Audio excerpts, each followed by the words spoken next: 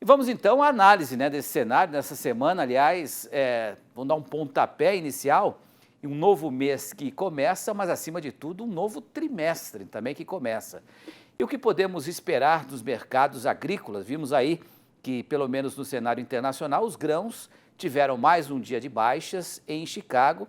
Já para o boi gordo, o mercado físico até tenta ensaiar uma certa reação, mas a estabilidade nas cotações segue persistente, com os frigoríficos mantendo uma certa cautela nas negociações e os pecuaristas tentando segurar a oferta. Para entender esses cenários, né, o que podemos esperar, conversamos agora com o Ronald Macuco, que é consultor comercial da Pátria Agronegócios, e também com um zootecnista e analista de mercado da Scott Consultoria, o Felipe Fabbri. Boa noite aos dois, obrigado pela participação mais uma vez aqui no Rural Notícias. Vou começar com o Macuco, né, que falar sobre essa questão dos grãos. Qual a análise que você faz desse primeiro trimestre, hein, Macuco? E o que dá para esperar em relação ao segundo trimestre, principalmente envolvendo soja e milho? Boa noite, Macuco.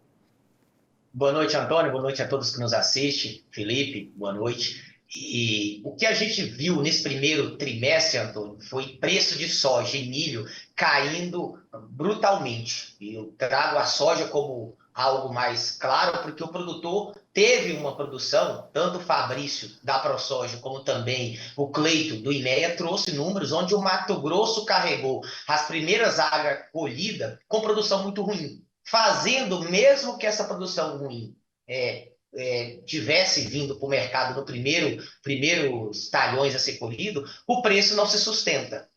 E aí a gente teve uma queda da soja em média R$ 20 por saca. A saca de soja em torno de 10 no milho desde janeiro até meados de final de março.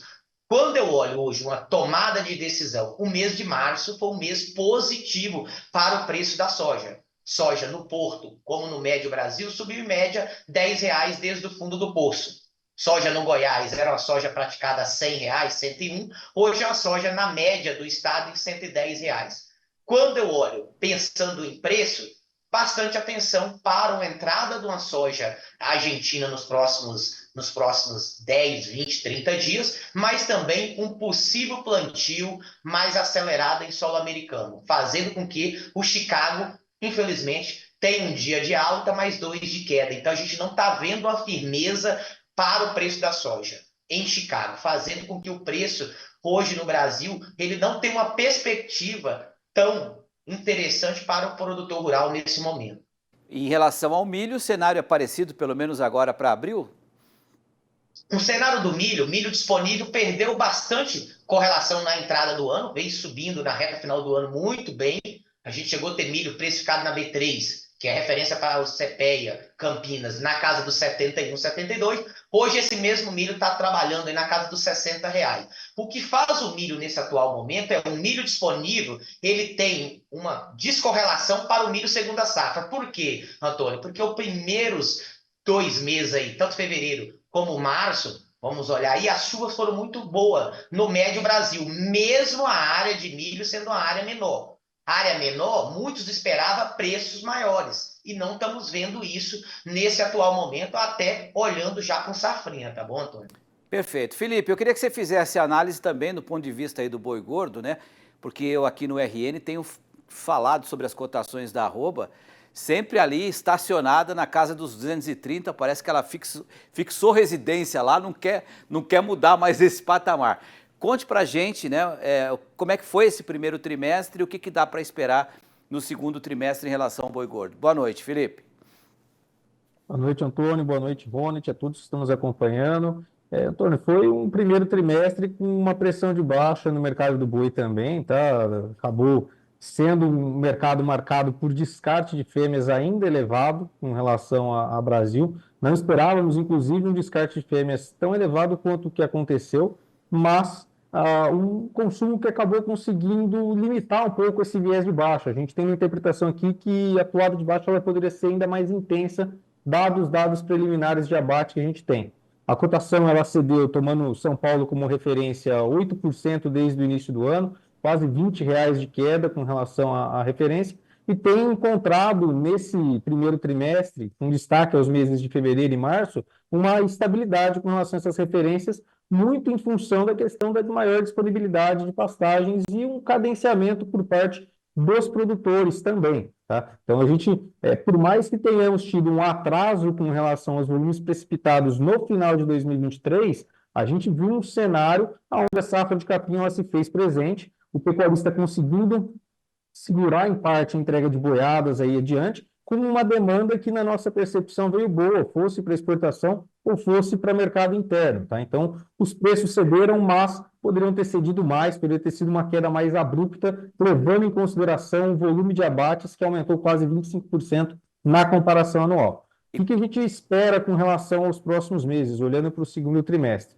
A gente acredita numa pressão aí por parte do volume de vendas relevante. O outono e principalmente a questão do inverno, ele marca um período de transição entre a fase de águas e a fase de secas, levando em consideração a oferta de pastagem. Isso tem um peso relevante com relação ao produtor e a gente deve ter uma concentração de vendas nos próximos meses, aquelas vendas de final de safra, o que pode vir a trazer um viés de baixa com relação às referências, pelo menos até a entrada do segundo semestre. O que pode cadenciar esse viés de baixa na nossa percepção? O Ronald até comentou a questão das chuvas no Brasil Central ao longo de fevereiro e março. A gente pode ter uma capacidade de suporte que permita o produtor a levar um pouco mais de tempo com relação a essa entrega de boiadas, segurando um pouco mais a questão da pressão de baixa, mas na nossa percepção é um viés um pouco mais baixista para os próximos meses. Perfeito. E eu sempre gosto, né, quando a gente analisa a questão das cotações, fala também sobre a rentabilidade, né? Porque a rentabilidade é mais importante que a própria cotação, porque às vezes a cotação está lá em cima, mas o custo de produção também, e a margem de lucro acaba sendo insignificante. Vamos falar um pouco sobre essa relação, porque os custos de produção caíram também, né? Mas caíram na mesma proporção? O que dá para falar em relação à soja e o milho, projetando aí as próximas safras, hein, Macuco? Antônio, olhando para a próxima safra, eu até vi um dado da ProSoja Mato Grosso do Sul, e parabéns por a ProSoja estar tão próximo do produtor no sentido de trazer números. Quando eu olho para uma tomada de decisão para o segundo semestre, comprar pacote tecnológico, eu antecipo, essa é a dúvida, soja voltou a subir, Antônio. Será que é o momento de eu comprar o pacote tecnológico, químico, semente, fertilizante? Mas o KCL caiu bastante, a relação de troca muito parecida com o que era em 2019, quando soja no médio Brasil era R$ 85, R$ 90, depende da região que você está. Então essas são as perguntas que começam a aparecer para a safra 24 e 25. E olhando, então, para a relação de custo, Antônio, nesse atual momento a gente se encontra num fator de tomada de decisão, e essa tomada de decisão muito lenta. Se você olhar o histórico de compra do sojicultor para uma safra posterior, a safra 24 e 25 está com um nível de compra, tanto de fertilizante, químico e semente, atrasado. Quando eu olho na formação do pacote tecnológico, sim, teve produto que teve desvalorização, melhorando a relação de troca para o produtor. Mas ainda assim tem produto que a relação está um pouco descasada. Um caso que a gente poderia citar aqui é o caso do MAP, do DAP, do Super Simples e do Super Triplo. Das matérias-primas, pensando no fertilizante, só o KCL, que está uma relação histórica interessante para uma aquisição. Quando eu olho para a semente, ainda assim, teve uma desvalorização de novembro até agora, um bag de 1.000 quilos de semente caiu em média aí R$400 a R$600, mas a relação não está tão interessante. Quando eu olho para os químicos, químico é o mercado, então, que a gente fosse fechar aqui, quanto ficaria para plantar um hectare de soja? 24, 25 saca, para pagamento safra. Então, a gente espera que esse pacote tecnológico caia aí para uns 22, 21 saca para pagamento safra, o que seria muito interessante para o produtor numa tomada de decisão nesse atual momento. Tá certo. Felipe, 2 anos atrás a arroba estava R$ 385, né? Hoje R$ 230. Em compensação, o bezerro, R$ 3.200, hoje está cerca de 2.000 e pouco, né? Como é que está a relação de troca no atual momento da pecuária, que tem que ser dividida, né, entre recria, enfim? Eu queria que você explicasse um pouco também esse cenário. Bom, um dos principais pontos que a gente tem que analisar é do que a gente está falando nesse momento. Se a gente for parar para analisar confinamento, pensando no produtor em curto prazo, a gente enxerga um cenário onde a operação ela está interessante, porque os custos, principalmente com a alimentação, caíram mais do que a própria arroba do boi.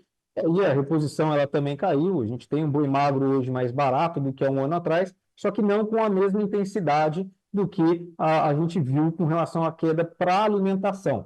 Então, de modo geral, pensando no confinamento, olhando para um curto prazo, para o ano de 2024, a operação, na nossa percepção, ela está interessante. O custo da diária ele teve uma queda expressiva de um ano para outro. Hoje a gente trabalha com um custo, pensando em diário, na casa de algo em torno dos R$ 13, chegou a quase R$ 22 em anos anteriores. Olhando para quem vai trabalhar, para o produtor que trabalha com ciclo de produção um pouco mais longo, pensando no modelo de pastagem como principal modelo de atuação, a relação de troca com a reposição, pensando no bezerro de desmama, ela esteve em um dos melhores patamares nos últimos 5 anos em 2023.